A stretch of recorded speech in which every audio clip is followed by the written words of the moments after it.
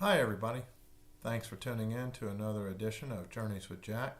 I'm glad you're here.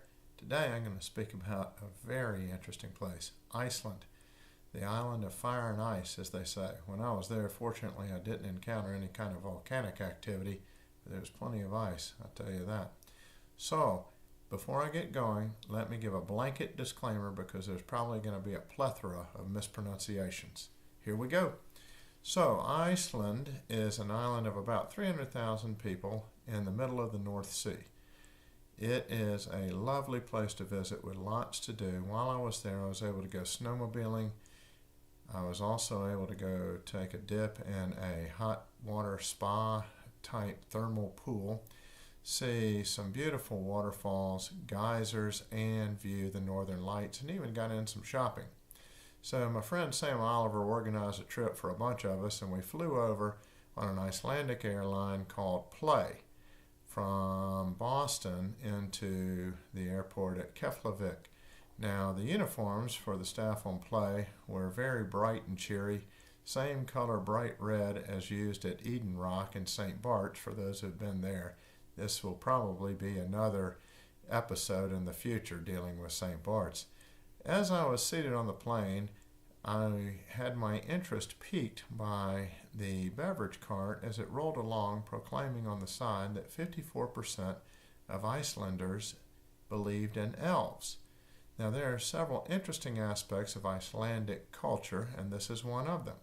So, true enough, about 54% of the people believe in elves, and there are miniature houses all over the place in Iceland where they are thought to dwell. I spoke with the stewardesses, and 2 out of 3 indeed believed in the elves. I never saw any while visiting the country.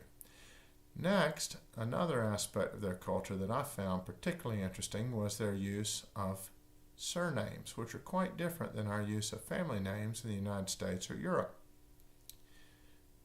The names of an Icelandic person will end with the word dottir, D-O-T-T-I-R, or son, denoting whether it is a daughter or son of someone else. So, for instance, on the statue for the founder of Iceland, Leif Erikson, the son denotes that he is the son of Eric, in this case Eric the Red, the gentleman who discovered and settled Greenland. Another instance would be Eidur Gudjohnsen, the famous Icelandic soccer player. Another interesting aspect of Icelandic culture is their use of some archaic and unfamiliar letters from Old Norse. Some of these letters are also present in Old English. One in particular is the letter thorn. So in Icelandic, the letter thorn is made to look like a P with a cross hatch through the stem. You might have seen something that's more familiar in Old English. You will see the name of places listed as Ye Old. For instance, Ye Old Trip to Jerusalem Pub featured in another podcast. So the Ye is pronounced TH more properly, just as the thorn shaped like the P would be pronounced TH. So the national park, although it looks like a P with a crosshatch on it, that is actually the letter thorn, and it is pronounced Thingvellir National Park. We will go there a little bit later in the video. So, another interesting aspect to me was that Iceland is nearly a cashless society. This point was brought home as we exited customs, and when you get out of customs, you can't get out of the airport until you pass through the duty-free shop.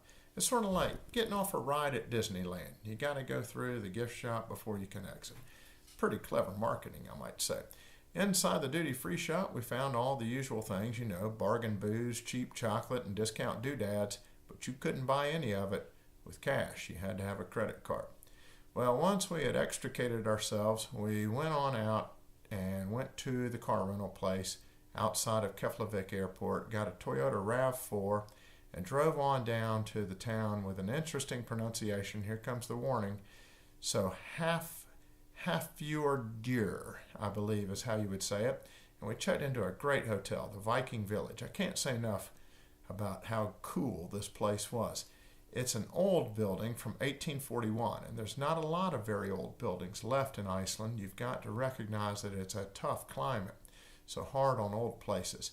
Anyway, this building is built from wood and stone and has some bare stone in the area of the breakfast room, so it's kind of cool when you sit down and you can just look back or back up to a bare boulder that is part of the building.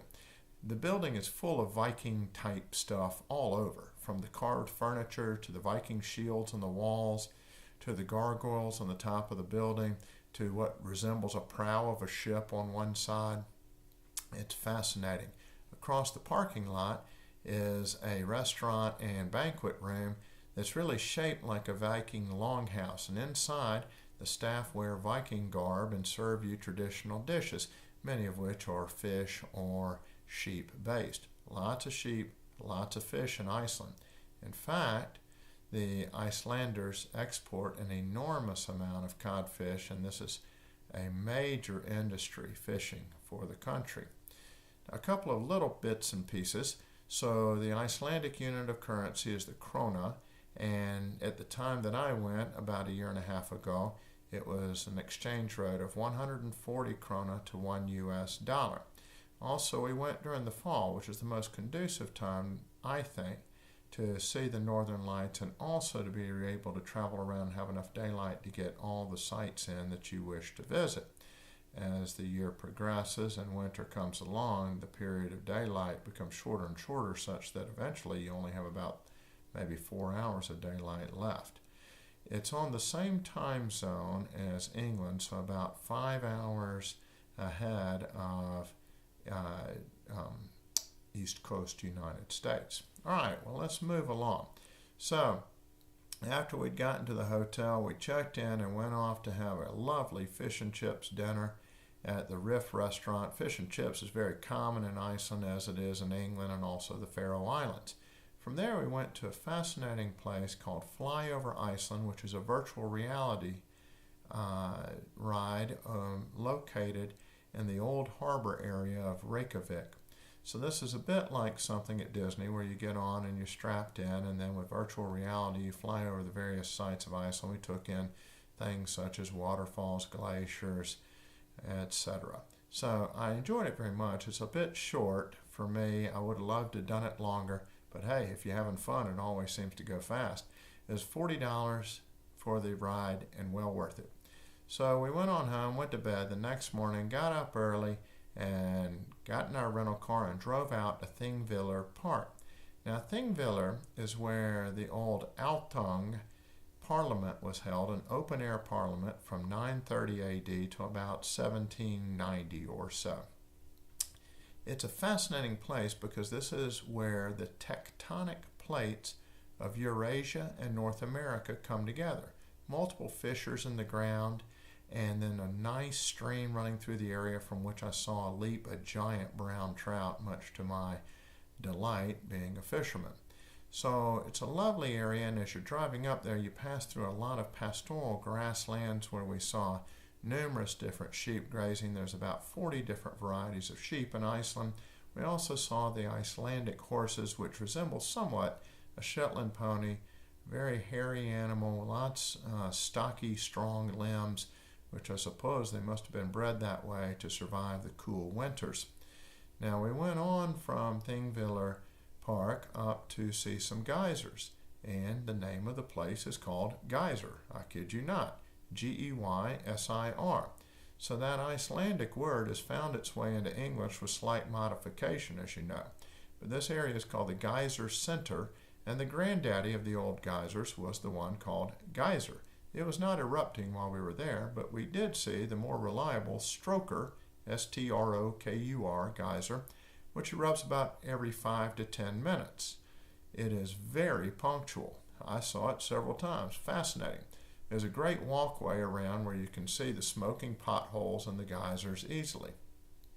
There's also a nice restaurant at the Geyser Center where we had some delicious lamb stew.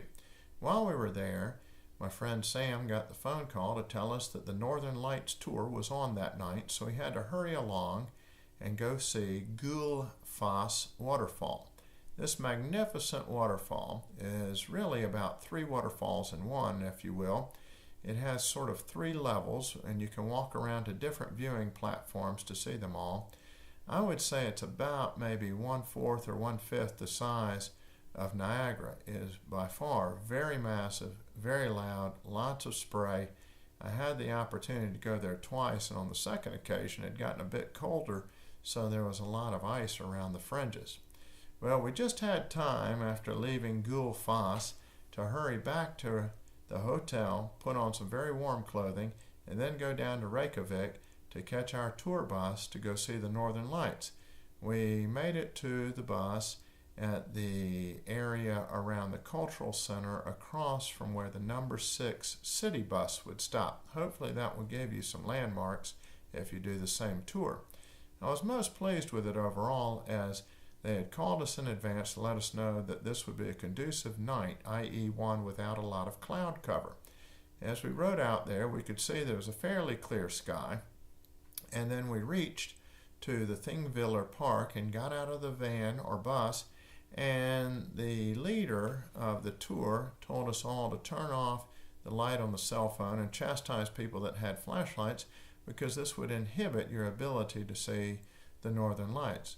I stood out there for a good hour and got rather cold and was just about to return to the bus when I went around the corner of a building and ran into a gentleman that had an extended lens camera. So he had it mounted on a tripod with 30 seconds between exposures, and he let me look through, and you could indeed see the green neon of the Northern Lights, which is formed when solar particles hit atmospheric gases above the Earth. Well, after looking for a while, I was rather cold, and I went back in and got on the bus, as did most other people. In about 30 or 45 minutes, our intrepid guide bounded up the stairs and announced loudly the lights, the Northern Lights, at which we all ran outside to see them with the naked eye. It was truly a spectacle to behold. Please check out the photographs on the accompanying website and Instagram.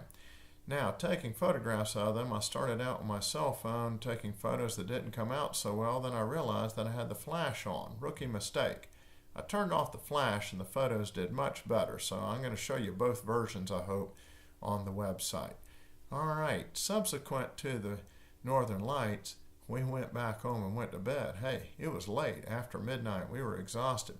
We all slept in the next morning, then barely made breakfast, and off we went into Reykjavik to climb up to the top of the tower of the, let me look at my notes for the pronunciation, Hallgrímskirkja Church. That's a mouthful. Anyway, the word kirk refers to church in Old Norse, and you might remember from a previous podcast that I mentioned the word kirk when we spoke about a church in Denmark, Copenhagen specifically. And the word kirk is also used in Scotland to describe the church, all this deriving from the Old Norse language. From the top of the tower, which is reached by elevator, we had a vast, beautiful panoramic view looking all over the city and then far beyond, down past the harbor, etc. Well worth it. When we came down, we walked over and paid our respects at the statue to Leif Erikson, the founder of Iceland, around circa 9:30. Leaving there, we succumbed to temptation to go shopping and went to get some 66 North gear. Now, 66 North is a bona fide designer brand dating back to 1926, when they made jackets and outerwear for fishermen to keep them warm. In fact, their slogan is "Keeping Iceland Warm Since 1926." Now, it's fairly expensive and it's very desirable. I'm going to show you my raincoat that I bought, but I also want to tell you how to get a deal, because I hope you're a bargain shopper like I am. You can go to the 66 North store at Faxafen 12 area and go into the outlet or seconds portion. It seems a little bit unusual to me, but hey, I'm not complaining. There's a main store for full price, and then you can go through a narrow hallway into the cheaper priced version, which is what I did. So here's the logo right here, 66 North. I'm very pleased with the product that I got. This is the hood, and you see how it's got this stiff lip or rim here, a bill.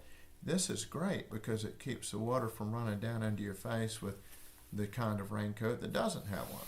Also, look at the extra work done here where the seams are so that you don't have any leakage. Further, it fits very well. It's very form-fitting, I would say. And it has this convenient map pocket up here at the front. And then it has these great angled pockets to the side here, all of which zip up. And then around your wrist, it has Velcro so that you don't have any leakage in. I've worn this bicycling. I've worn it in severe rainstorms. I've been most pleased with it.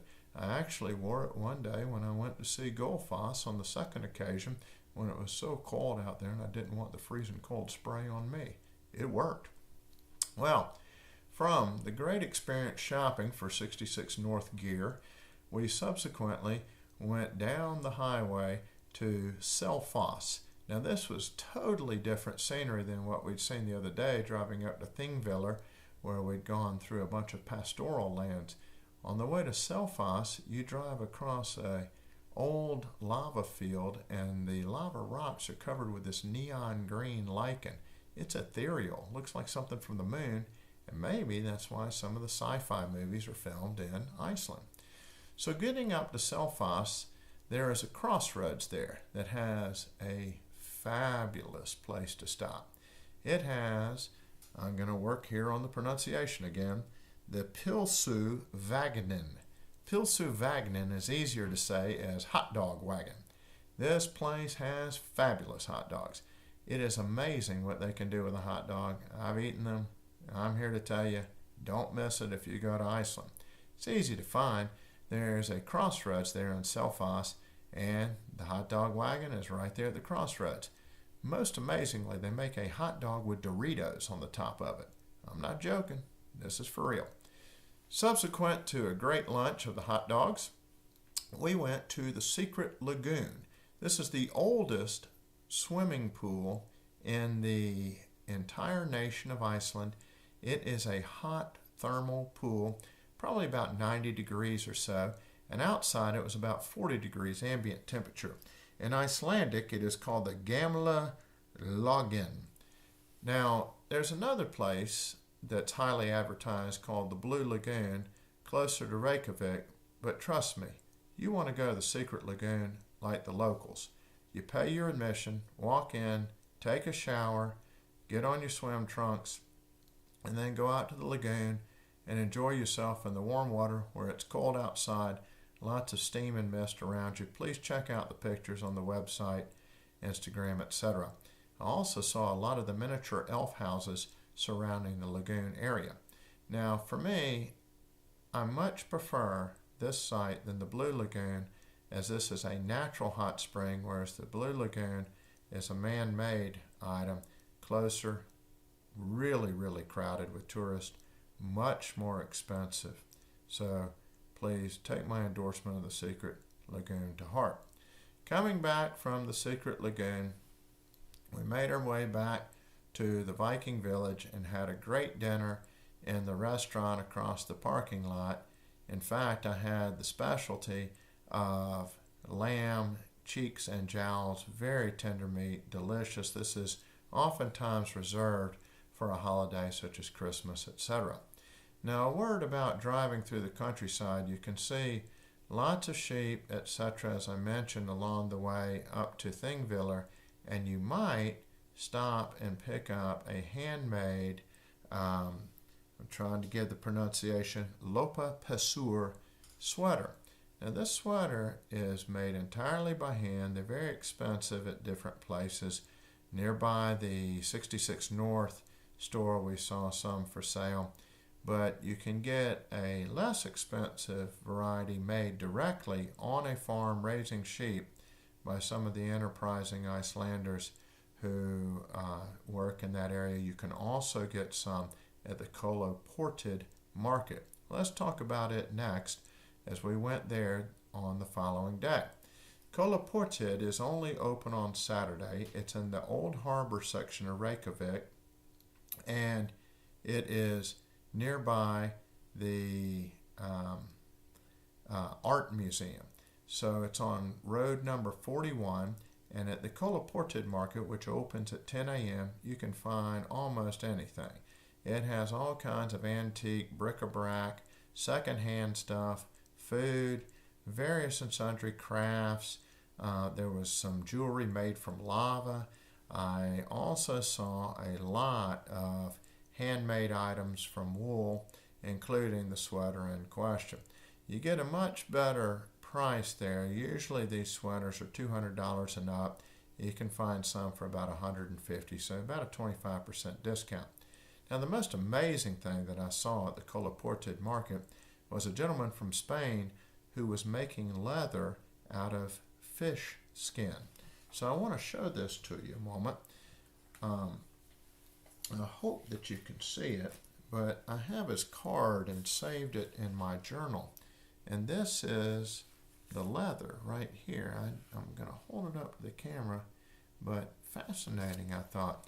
He had some made into wallets. He had some that was, change purses and things of that nature. But I bought some for my wife that was silver jewelry with the leather on the end as a type of earring. Fascinating. This was also the only place I saw cash used in the entire country. So I put one of the notes in my journal. That's a 500 krona note just for your perusal. Subsequent to the market, we went up to the Langjökull Glacier, and we had to drive back up to Gullfoss, making it my second visit, and we got on a bus to ride to this glacier. Now, the Langjökull Glacier really means long glacier, and it is aptly named. It is 550 miles of glacier. This is entirely snow or ice covered, undulating, no exposed rocks, no trees to run into, great for snowmobiling novices like myself. We rode all over that thing. It was fun. And our guide was awesome. He took us to an ice cave that had been hacked out of the glacier about 250 years ago. It was fascinating going down into it, somewhat like entering an igloo, I would think. So, check out those photographs as well, please. Well, after a day on the glacier snowmobiling, we were all pretty much wiped out, went back to the hotel, and as we were going back to the United States the next day, everybody started packing, but I couldn't help myself. I had to get in the car and drive solo back into Reykjavik to go to the Hard Rock Cafe. I figured I needed a t-shirt from Hard Rock Cafe for my son and I that said Reykjavik on it. Most unusual. I was treated to a delicious hamburger that I remembered so well from my first time at the Hard Rock Cafe in England in the 1980s. I'm proud to say that their hamburger is still of the highest quality. Well, that brings the trip to a conclusion, and we headed back to the United States the next day. I hope you enjoyed watching. Thanks very much, and I hope that you will indeed go to Iceland. Please join us for our next Journeys with Jack. Have a great day.